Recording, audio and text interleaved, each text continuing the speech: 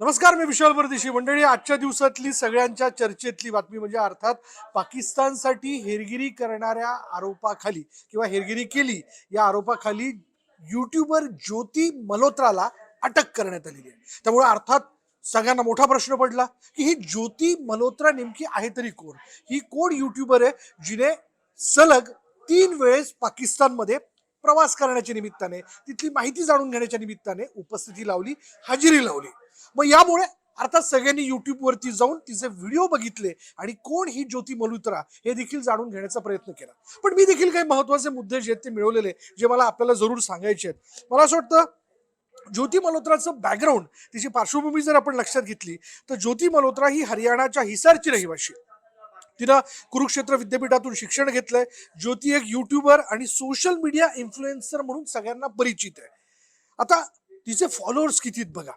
तिने इंस्टाग्रामवरती 1,31,000 आणि युट्यूबवरती 3,77,000 फॉलोअर्स तिला आहेत आणि ती ट्रॅव्हल ब्लॉग तयार करते. आता ज्योती मल्होत्रा का चर्चेत आली? अर्थात मी जसं सुरुवातीला सांगितलं की तिच्यावरती हेरगिरी करण्याचा आरोप जो आहे किंवा आपल्याकडची काही माहिती पाकिस्तानला पुरवल्याचा आरोप जो आहे तो लावण्यात आलेला आहे आणि त्यावरनच तिला अटक करण्यात आली. आता तुम्ही ज्योती मल्होत्राच्या इंस्टाग्राम किंवा युट्यूबच्या काही व्हिडिओजवरती जाता किंवा आपण सर्च करता तेव्हा आपल्याला असं लक्षात येतं की तिने काही तिथलेच म्हणजे पाकिस्तानमधील विविध शहरांचे व्हिडिओ जे आहेत ते शेअर केलेले आहेत आणि हे तिथलं एकूण सकारात्मक वातावरण किंवा पाकिस्तान किती छान आहे, लाहोरच्या गल्ल्या किती छान आहे, तिथलं मार्केट किती छान आहे हे दाखवण्याचा या व्हिडिओज मधनं प्रयत्न केलेला आहे. आणि अर्थात या सगळ्याच्यात तिच्यावरती हा देखील आरोप आहे की तिकडनं काही एजन्सीज कडनं तिला पाकिस्तान किती सकारात्मक देश आहे हे दाखवण्याच्या संदर्भातलं काम दिलं गेलं होतं, असा देखील तिच्यावरचा एक आरोप आहे. अर्थात त्याची चौकशी केली जाईल, तपास केला जाईल. ज्योतीने पाकिस्तानमधील काही व्हिडिओज आहेत जे शेअर केलेले आहेत, रील्स व्हिडिओ, त्यावरती काही व्हिडिओच्या खाली तिने उर्दूमध्ये इश्क लाहोर असं लिहिलेलं आहे. म्हणजे तिला तिथली संस्कृती असेल, काही ठिकाणं असतील, ती इतकी आवडलेली आहेत की मी इथल्या प्रेमात पडले, या अर्थाने तिने उर्दूमध्ये त्या व्हिडिओच्या खाली इश्क लाहोर असा उल्लेख केलेला आहे. शिवाय जर आपण पाहिलं तर ऑपरेशन सिंदूरसह सैन्याशी संबंधित अनेक गोपनीय तपशील ज्योतीनं पाकिस्तानला पाठवला असा आरोप तिच्यावरती करण्यात आलेला आहे. ती गेल्या गेल्या वर्षी पाकिस्तानला गेली होती, म्हणजे एकदा नाही 3 वेळेस ती गेलेली आहे आणि यावेळी तिनं तिथल्या उच्चपदस्थ अधिकाऱ्यांच्या भेटीगाठी घेतल्या होत्या. तशी माहिती तिनं स्वतःच्या इंस्टाग्राम पेजवरती दिलेली आहे. अर्थात तुम्ही आमच्या चॅनलवरती तो व्हिडिओ देखील बघत असालच. अर्थात त्या व्हिडिओचा संदर्भ मी पुढे स्पष्ट करणार आहे की तो कसा आहे, त्या व्हिडिओमध्ये असणारी तिला भेटलेली व्यक्ती नेमकी कोण, जिला आपल्या भारतातनं उच्चायुक्तालय जे होतं तिथून तिला हाकलण्यात आलेलं होतं, मी त्याबद्दल देखील सांगणार आहे. आता मी बोलणार आहे तिच्या व्हिडिओज बद्दल. अर्थात ज्योती मल्होत्राचे व्हिडिओ जर तुम्ही पाकिस्तान असं जरी टाकलं, म्हणजे गेल्या काही महिन्याभरात जरी आपण टाकून बघितलं असतं तर तिचे व्हिडिओ जे आहेत ते पॉपअप करत वरती आले असते किंवा ते ट्रेंडिंग मध्ये होते तसे. त्यामध्ये जर आपण पाहिलं की असं लक्षात येतंय की ज्योतीचे PIO सोबत घनिष्ठ संबंध होते आणि त्यातनंच तिला एकदा नाही, दोनदा नाही, 3दा पाकिस्तानमध्ये जाण्याची परवानगी मिळाली. आता ज्योतीने नुकताच इंडोनेशिया आणि बालीचा देखील प्रवास केलेला होता. तिथले काही व्हिडिओ तिने टाकलेले होते. अर्थात युट्यूबर म्हणून वेगवेगळ्या देशात ती जात होती, पण पाकिस्तानमध्ये एकदा नाही ती 3 वेळेस गेली होती, असं मी वारंवार उल्लेख यासाठी करतोय की ज्याचा संदर्भ तुम्हाला पुढे स्पष्ट होईल. आता बघा, मी तिचे जे काही वेगवेगळे व्हिडिओज बघितले त्याला लाखोने व्ह्यूज आहेत. आज जर आपण बघितलं, आजच्या दिवसात नुकता तिचा ट्रेनच्या प्रवासाचा एक व्हिडिओ, वाघा बॉर्डर ते पंजाब साहिब पर्यंतचा तिने तिथल्या ट्रेननं प्रवास केलेला आहे, ज्याला आत्ता या क्षणापर्यंत म्हणजे ज्योती मल्होत्रा कोण आहे या उत्सुकतेपोटी बऱ्याच लोकांनी सर्च केलं असेल, त्यातनं कोट्यवधी व्ह्यूज मिळालेत. म्हणजे साधारण 1,20,00,000 असे व्ह्यूज आत्ता या क्षणापर्यंत आहेत. अर्थात त्या रात्रीतनं अधिक वाढतील सुद्धा. ज्योतीने वेगवेगळ्या ठिकाणी पाकिस्तानमध्ये भेट दिली. अर्थात ही भेट देत असताना वाघा बॉर्डरवर ती पोहोचली, तिथून ती ट्रेनने पंजाब साहिब पर्यंत जाते. या प्रवासात नेमके किती स्टेशन्स लागतात, कशा पद्धतीने या स्टेशनवरची सुरक्षा व्यवस्था असते. मग स्टेशनवरती गाडी थांबल्यानंतर तुम्ही भारतीय प्रवासी म्हणून किंवा शीख बांधव देखील पंजाब साहिबला कायम दर्शनाकरता जात असतात, हरदास करण्याकरता जात असतात. त्याच्यामुळे ते ट्रेनच्या खाली उतरू शकत नाही. ही सगळी माहिती जी आहे ती या वेगवेगळ्या व्हिडिओजमधनं ज्योती मल्होत्राने देऊ केलेली होती आणि ते त्या व्हिडिओमध्ये आपल्याला बघायला मिळतं. अर्थात याचे व्ह्यूज मिळण्यापाठीमागचं एक देखील एक कारण असं आहे. बघा, साहजिक भावना आहे, तुम्ही असो किंवा मी असो, आपल्या सगळ्यांच्याच मनात ही एक फार मोठी उत्सुकता आहे की जो पाकिस्तान देश आपल्यापासून वेगळा झाला तो नेमका कसा आहे, तो कशा पद्धतीने विकसित झालाय, तिथल्या जुन्या गल्ल्या असतील, तिथल्या जुन्या इमारती असतील, हे आपल्याला देखील बघण्याची एक फार मोठी उत्सुकता असते. आणि त्याच उत्सुकतेतनं तिथल्या वेगवेगळ्या ठिकाणांची ज्योती मल्होत्रानं माहिती दिलेली आहे. मग तिथल्या खाऊ गल्ल्या असतील, तिथे जाऊन वेगवेगळे पदार्थ तिने चाखलेले आहेत, काही जुन्या इमारती दाखवलेल्या आहेत, काही वेगवेगळे चौक दाखवलेले आहेत. शिवाय पाकिस्तानमध्ये चहा किती रुपयाला मिळतो, मग तो 60 रुपयाला असेल तर आपल्याकडे तो 20 रुपयात मिळून जातो असं तिने सांगितलेलं आहे. पाकिस्तानला सिगरेटचं पाकिट 1250 रुपयाला मिळतं, आपल्याकडे तेच पाकिट जे ते 200-250 रुपयाला मिळतं. अशी तुलनात्मक वस्तूंबद्दलच्या किमतीची माहिती तिने तिच्या व्हिडिओज मधनं देऊ केलेली आहे. आता यामध्ये घडलंय काय बघा, या सगळ्या याच्यामध्ये की ती ज्या पद्धतीने हे व्हिडिओ करते त्यातनं ती पाकिस्तान किती सकारात्मक देश आहे हे दाखवण्याचा प्रयत्न करते असं जाणवतं. अर्थात प्रत्येक युट्यूबर ते करत असतो, पण प्रत्येक युट्यूबर त्या त्या देशात गेल्यानंतर तिथे काय चांगलंय काय नाही हे देखील सांगत असतो, काय विकत घ्यावं आणि काय विकत घ्यायच्या भानगडीत पडू नये हे देखील सांगत असतो. तसं यातनंही खरं तर ज्योतीच्या बोलण्यातनं काही ठिकाणी आलेलं आहे, काही ठिकाणी ते दिसत नाही. पण अर्थात आता तिच्यावरती झालेल्या आरोपांवरनं किंवा तिला काही एजन्सीजने काम दिलं होतं म्हणे की पाकिस्तानला कसं सकारात्मक दाखवता येईल याबद्दल तुम्ही काम करा, तर तिने तसंच दाखवलं आहे असा एक काय म्हणूयात भाव जो आहे तिच्या या व्हिडिओज मधनं आपल्याला वारंवार बघायला मिळतोय. तिला पाकिस्तान इतकं आवडलंय असं जे काही ती वारंवार सांगते, यावरती तिच्या व्हिडिओजच्या खाली येणाऱ्या प्रतिक्रिया तुम्ही वाचा. आता काहींनी तिचं कौतुक केलंय, काहींनी चला आपल्याकडची एक मुलगी जी थेट पाकिस्तानमध्ये जाऊन तिथल्या गोष्टींबद्दलची माहिती देते याबद्दलचं नवल व्यक्त केलेलं आहे. तर काही लोकांनी मात्र तुला जर पाकिस्तान एवढं आवडलंय तर थेट तिथं जाऊन तू का राहत नाहीस अशी देखील प्रतिक्रिया देऊ केलेली आहे. ज्योतीच्या व्हिडिओच्या खाली तुम्हाला ह्या प्रतिक्रिया बघायला मिळतात.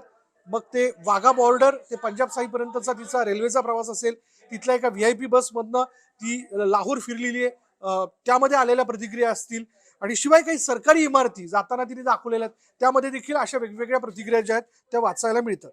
आता नेमकं संशयित वातावरण कुठे दिसून येतं, आता त्यावरती मी येतो. असे मंडळी की भारतीय ठिकाणांची संवेदनशील माहिती पाकिस्तानला दिल्याचा ज्योती मल्होत्रावरती आरोप आहे. दिल्लीमध्ये वास्तव्याला असताना ज्योती मल्होत्रा PHC हँडलर, आता ही पाकिस्तानची गुप्तचर यंत्रणा आहे मंडळी, PHC त्याचा हँडलर दानिश नावाच्या व्यक्तीच्या संपर्कात आली. पाकिस्तानी उच्चायुक्त जे होतं त्या ठिकाणी कार्यालयात काम करणाऱ्या दानिशला भारत सरकारनं 13 मे 2025 रोजी, म्हणजे नुकतंच आता गेलं काही कालावधीत मंडळी, याच महिन्यात 13 मे 2025 रोजी देश सोडण्याचा आदेश दिलेला होता.